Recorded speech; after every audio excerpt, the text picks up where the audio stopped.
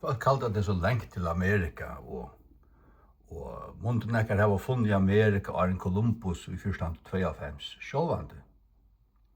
Jeg hukte etter en dokumentar i Gjørskvaldi at de har funnet trudjastene i Amerika skrifter inn i klettar og støynar som av paleo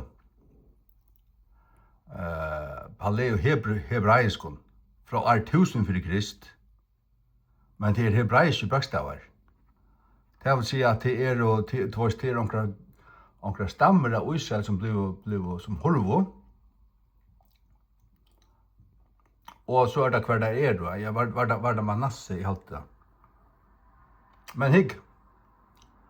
Altså, vikingene kom her, de kom til Hetlands 825, Färja 825, Hetlands 800, og så Islands vårt, og hva så stort over til Grønlands, så sykler du fram i Grønlandsstrandene. Kjem du så her, så det hva så stort over her. Kjem du her til, så kjem du her til, og så du kommet ned her, så du kommet ned til Amerika. Og kjem du i Jøkken Siberia og Pandaveien. Hva så stort i middelen her. Det som middelen Bretland og Frankrike. Her er noen ødjar i middelen her. Du sørst nesten i rommet. Ok, så er du kommet til Alaska, så kommer du ned til Kanada, så er du kommet ned. Og så er fastland allan veien ned til Sur-Amerika. Skjønnøyt?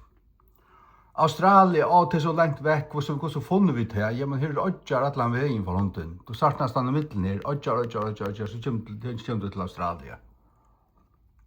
Heter altså flata jøren altså. Og som det stender her, as it is. Heter hvordan det altså. Så at, ja.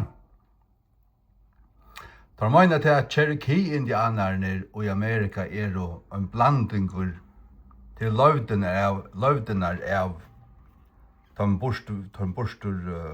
horn og attergrønnen av Israel.